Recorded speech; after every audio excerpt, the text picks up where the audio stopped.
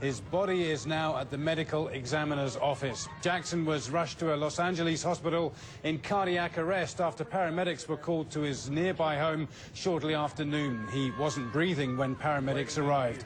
No word on what he was suffering from. The coroner says Jackson was declared dead at 2:26 in the afternoon, LA time. That is 9:26 p.m. GMT. Jackson was scheduled to start a series of concerts in London on July the 13th. He called them his final curtain call. The world is reacting. Jesse, what are your thoughts right now? Well, I'm traumatized, but we are out of our joy and he's out of his pain. I've been blessed with Michael since he was maybe 13 years old.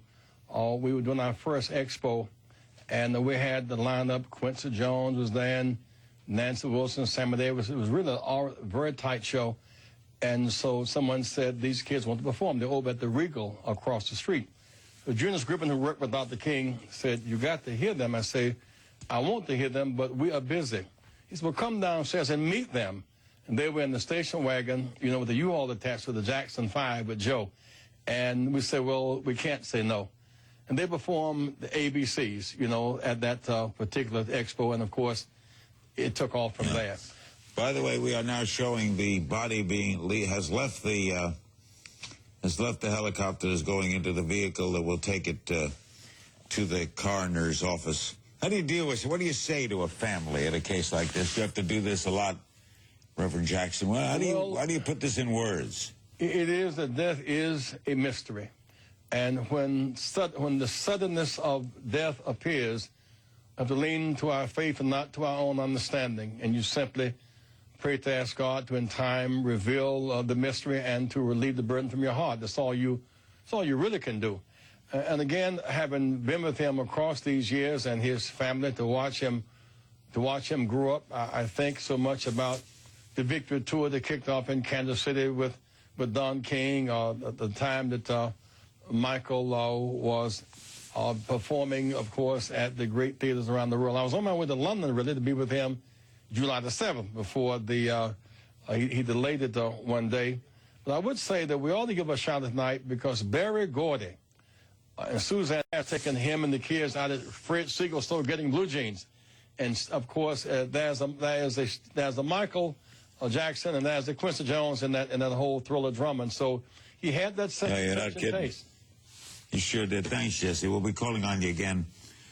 Now joining us on the phone, the disco icon, the one and only Donna Summer. Donna, you knew Michael, did you not? Yes, I did. Yes. And there we're seeing the vehicle transporting the body now over to the coroner, who will, I gather, begin the autopsy, I would guess, tomorrow, if not tonight. What are your thoughts, Donna? Well, I have to go on stage and sing tonight. It is extremely difficult. It is such an incredible shock to me. I've known Michael for many years.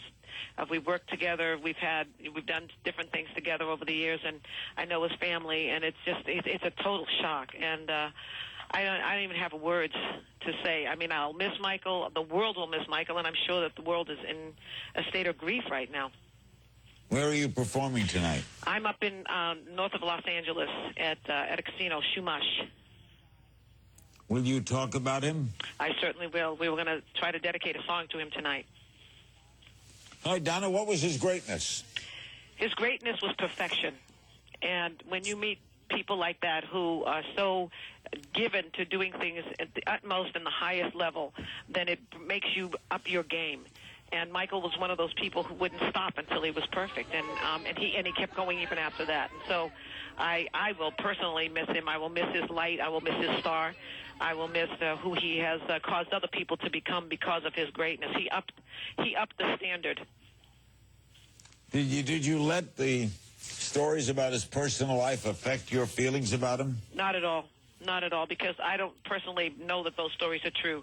I tend to want to not believe him because I know Michael, and I can't even imagine that he would ever try to hurt a child. I felt more like it was exploitation personally from other people. I don't know if it's true or not. I just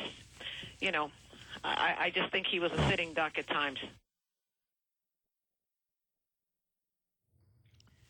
This statement just in from Beyond.